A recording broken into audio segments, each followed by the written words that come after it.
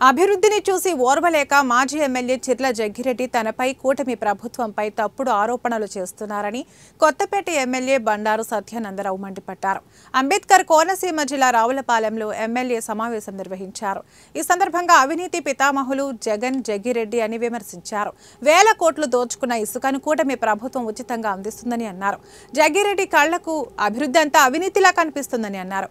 అభివృద్ధిని చూసి ఓర్వలేక మాజీ ఎమ్మెల్యే చిర్ల జగ్గిరెడ్డి తప్పుడు ఆరోపణలు చేస్తున్నారని అన్నారు. శుభాకాంక్షలు తెలియజేసుకుంటూ ఉన్నాను.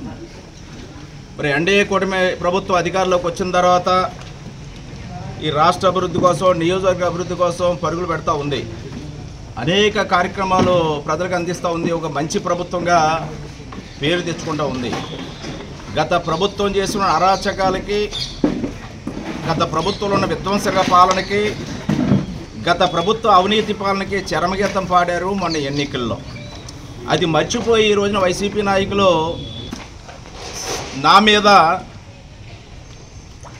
లేనిపోని దిగజారుడు ప్రచారాలు, అర్థం బర్థం లేని ఆరోపణలు